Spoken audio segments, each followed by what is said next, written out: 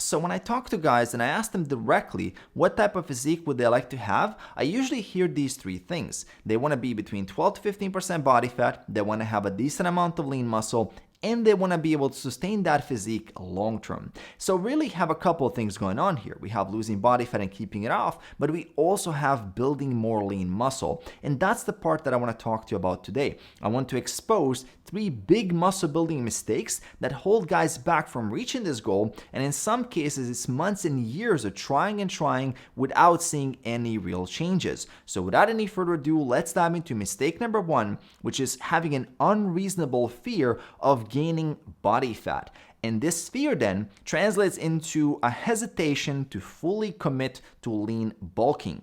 And the two scenarios where this becomes really obvious is one, when guys lose a bunch of weight and they get to that 12 to 15% body fat range and realize they don't have that much muscle and they don't know what to do.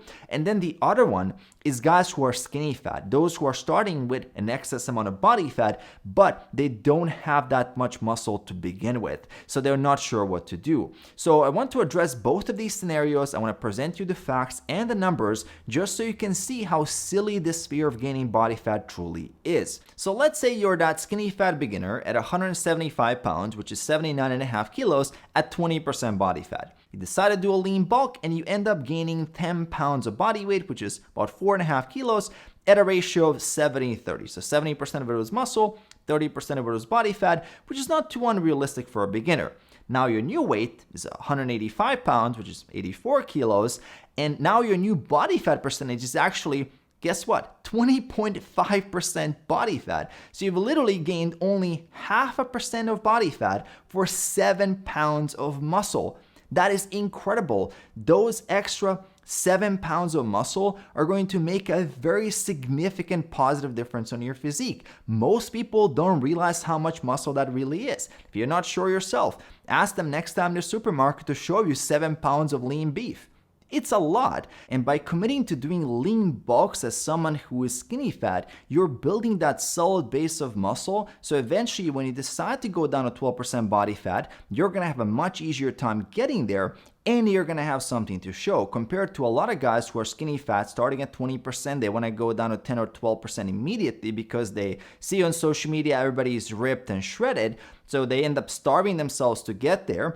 And they end up not being happy with the result anyway because they don't have much muscle to reveal. So by building more muscle, you're fixing the skinny fat problem entirely, and now you're more muscular at any body fat percentage. Now, if you're someone a little bit more experienced, so let's say you've been lifting for about a year, and you do your first fat loss phase, now you're down at 160 pounds, 72.5 kg at 12% body fat. So let's say you do a lean bulk, and you put on 15 pounds, which is about 7 kilos at a ratio of 50-50. So 50% of it is muscle, 50% of it is fat, which is not unrealistic for someone with this much experience. Now, your new body weight is 175 pounds, which is 79.5 kilos, and your body fat percentage, guess what, has gone from 12% body fat up to 15% body fat. And for that small difference of 3% body fat and body weight 15% is already pretty lean, you've gained 7.5 pounds of muscle, which is about 3.5 kilos, and that's going to make that 15% look a lot better. It's a very significant improvement. And if you decide to get down to 12% body fat again, guess what? Your 12% body fat is going to look much better, and it's going to be much easier to get there. And so really the key is, as you lean bulk, you put on a little bit more muscle. As you're losing body fat, when you do things properly, you retain that muscle, so net your physique keeps improving. Of course, the ratio of fat to muscle that you gain over years gets worse because as you get closer to your genetic potential. For example, for myself, after 10 plus years of lifting experience now, I'm lucky if I gain 30% muscle, 70% fat, I think that's good.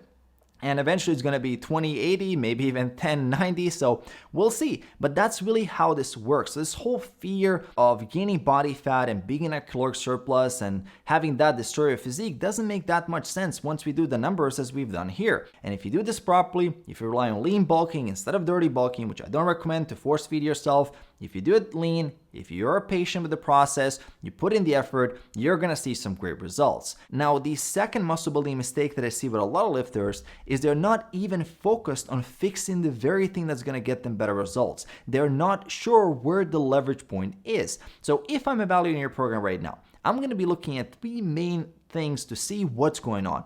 One is your intensity of effort, how hard you're training. Two is how smart are you training, so your competence. And then three is your consistency. And the results you get out of a program really depend on how good are you with these three things. Let me give you an example. Let's say you have an okay program, and when you're training, you really give it 100% of your effort. You're good with that. You don't want to waste time. You're taking it seriously, but you're not consistent. You're good for a couple of months, but then life happens. You take a longer break, and then you have to get back on there, and it just keeps happening like this. Well, you will get some gains like this, but after a while, because you're dropping off, you're basically going to be losing and regain the same muscle over and over again. Now, on the other hand, let's say you have the consistency down and you have an okay program, but when you're there, you're just not giving it your 100%. You're not taking it as seriously, just not pushing the limits. Again, you will see some results, especially some newbie gains like this, but you will hit a plateau, and because you're not pushing those limits, you're gonna be stuck there for a very long time. And this is actually what a lot of guys are in the gym after they've been doing this for a few years. Despite showing up, no real changes are happening. So the question is, what is your leverage point right now?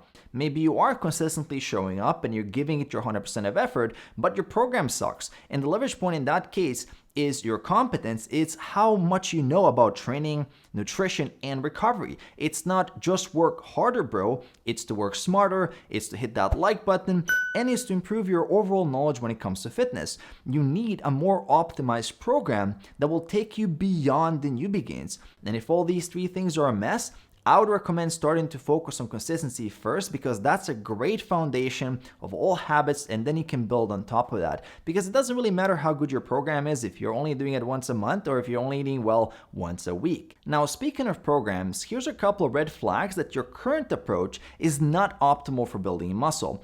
First off, if your workouts are based around circuits, if you're keeping very short rest periods, you're always on the go, you're rushing, and everything is a superset, well, basically you're turning weight training into a HIIT cardio session. And yes, this will feel very, very difficult. You're taxing your cardiovascular system, you're running out of breath, you're sweating a lot. It is challenging, but it's far from optimal for building muscle. What you're doing there is you're generating a lot of systemic fatigue, but the amount of mechanical tension you're able to put on your muscles to have them grow is very limited. And at some point, you won't be able to add any more reps or weight, and you won't be able to achieve progressive overload, so you're gonna get stuck in a plateau. And your form is also gonna break down because of high levels of fatigue, and this will increase injury risk and decrease results. Bottom line, if you're doing this, you need to switch to a more hypertrophy-focused training program, which means you need to stop rushing the workouts and start taking 1.5 to 3 minutes of rest between sets, depending on the exercise. You need to do each body part between 10 to 15 sets per week.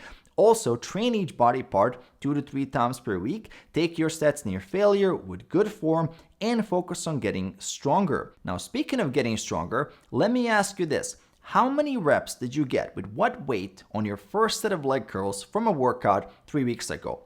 If you can't answer this question, it means that you're not keeping a detailed training log, and that's a huge red flag. Anyone serious about building muscle needs to get serious about tracking their workouts. And once you actually have the data, you can evaluate your training performance, which is your number one benchmark to see whether what you're doing is working or not. Nobody ever built muscle by doing the same weight for the same amount of reps year after year. Something has to change and you need to improve. And look, same as everything else worth having in life, you have to earn your physique. I see a lot of guys who are just mindlessly going through the motions, and then they get frustrated when they're not seeing results, or they get jealous of other guys who are seeing results. The reality is you need to engage and you need to get better. Someone with amazing genetics might be able to get away with less optimization and still see great results, but those are outliers. For every one of those, there are tens of thousands of us mere mortals who won't see great results until we put in 100% of effort into this. Now, what's going to help you put in that effort is making sure you hit that subscribe button below and the notifications by hitting the bell icon.